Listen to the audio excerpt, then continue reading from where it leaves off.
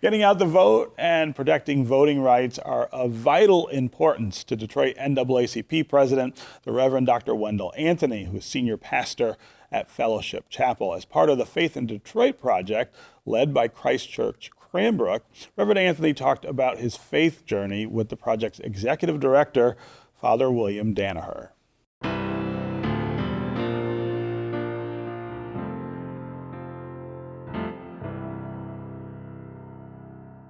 The Reverend Dr. Wendell Anthony, thank you so much for being so hospitable to let us hear some stories in your remarkable church. Glad to do it. That's why we call ourselves fellowship. We believe in fellowship.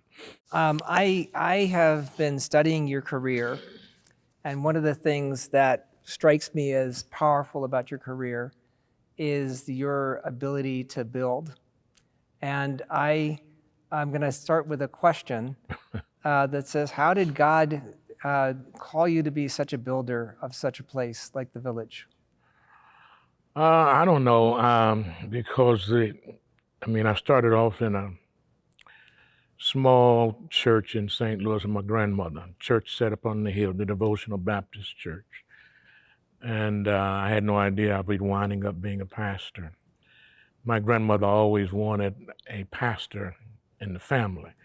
So she kept us in church, sun up to sundown, Baptist church. And then my mother came to Detroit, and I met a gentleman by the name of James Wadsworth, who was pastor of a Presbyterian church, totally different than the church that I grew up in. But we made an instant connection.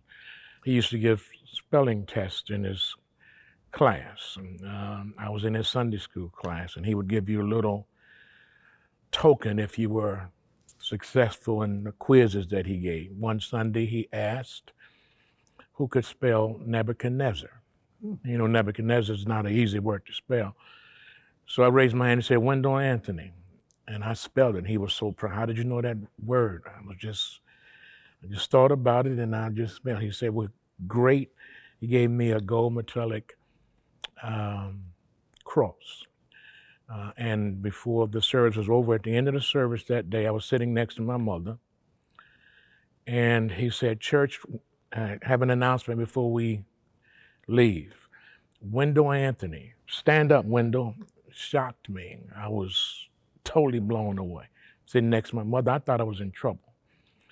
Stand up, Wendell Anthony. I stood up. He said, church, Wendell Anthony, I gave a quiz today. He spelled Nebuchadnezzar. Give him a hand. The church, everybody. From that moment on, we were like that. And the church, years later, split because he was active in the community. We didn't have a place. We went to the Diggs Funeral Home. Charlie Diggs, who was a congressman, was a good friend of his. He let us have church there. From there, we went to another funeral home, the Hall's Funeral Home first, then the Diggs Funeral Home. Then we bought a little building he called the Chapel out on Wyoming.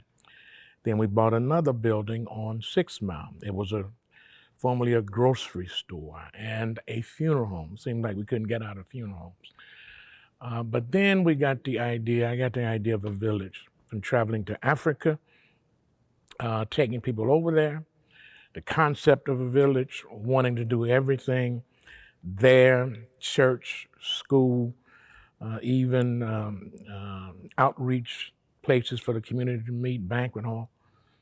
And so the idea came about to build this. It didn't start off like this. It was some people had a smaller vision of just getting a building and refurbishing it. But my thing was, if you're going to do something, let's do it. If you're going to build, let's build. Some people left the church because the vision was too big. But others matriculated to it because for them, the vision was just right. And so we were looking for land, and we couldn't find it contiguous to this, put it all together. And we had hired a land acquisitioner one Sunday after preaching. People kept telling me, why don't you go over here in this area and look? And I say, there's nothing over here. said, no, Pastor, you need to go over here and look. I live 10 minutes from here.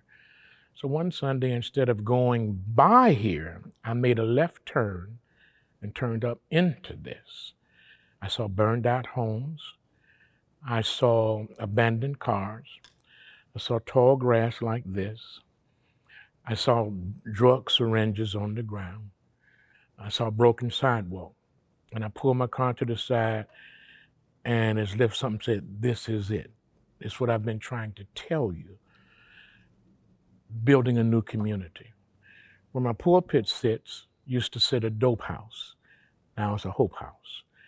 Out of that agony and tragedy, we were able to build this because we had a vision much bigger than that, and the people deserve that.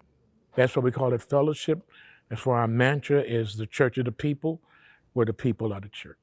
Fellowship Chapel is a praying, working, believing, and activist church. We act on what we believe. We teach it, preach it, and do it.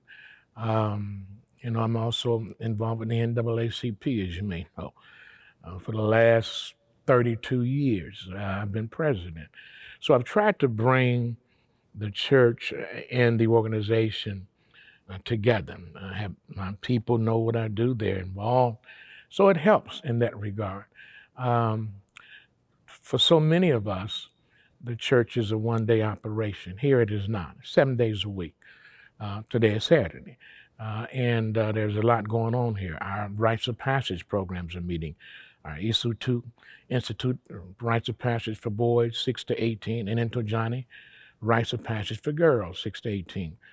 Teaching them what it's like to be a man or a woman, and they go through this process. So the church is vibrant, it's organic, it's alive. It's not a dead, dreary, do-nothing institution. If you're going to do God's work, then do His work.